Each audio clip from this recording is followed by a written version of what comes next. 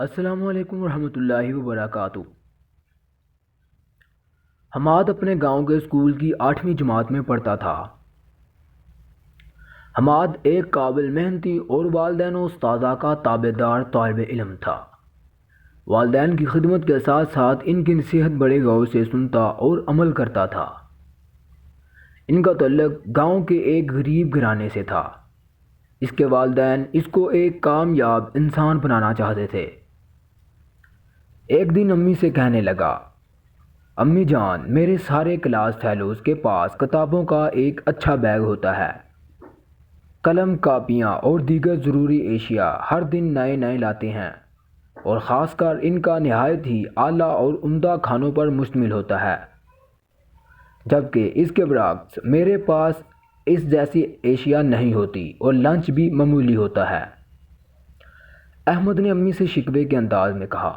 یہ سن کر شفقت سے امی کی آنکھیں بھر آئیں، لیکن پھر حوصلہ کر کے تسلی دینی شروع ہوئی اور بولی، بیٹا، ہمیں آپ کا احساس ہے کہ اس طرح تمہیں تعلیم کی سہولیات نہیں ہونی چاہیے، مگر تم دیکھتے ہو کہ یہ پیسہ تمہارے والد کے خون پسینے کی کمائی ہے۔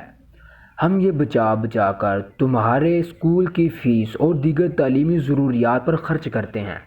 یہاں کچھ دیر کے لیے اس کی امی پانی پیتے ہوئے خاموش ہو گئی۔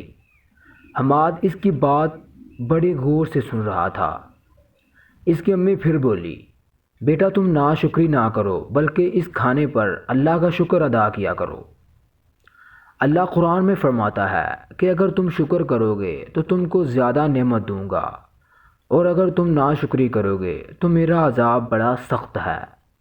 شکر کیا ہے امی جان؟ حماد نے بے چینی سے پوچھا۔ خلیفہ سوم حضرت عثمان رضی اللہ تعالیٰ عنہ کا قول ہے کہ نعمت کو غیر مناسب جگہ خرچ مت کرو، یہ ناشکری ہے، امی نے جواب دیا۔ حماد نے یہ سن کر وعدہ کیا کہ آئندہ میں کبھی کسی بھی نعمت کی ناشکری اور اس قسم کی باتیں نہیں کروں گا۔ تو امی نے شفقت سے اس کی پیشانی کو بوسہ دے کر گھر کے کام کاج میں لگ گئی۔ کچھ ہی عرصہ نہیں گزرا تھا کہ اللہ نے حماد کے والد کو ایک اچھی جگہ نوکری عطا کی، جس کی وجہ سے حماد کی وہ شکایت خود بخود دور ہو گئی اور بقیہ زندگی خوشی کے ساتھ بسر کرتے رہے۔ پیارے بچوں، تم بھی حماد کی طرح اگر شکر گزاری کے ساتھ زندگی گزارو گے تو تمہاری زندگی بھی خوشگوار بن جائے گی۔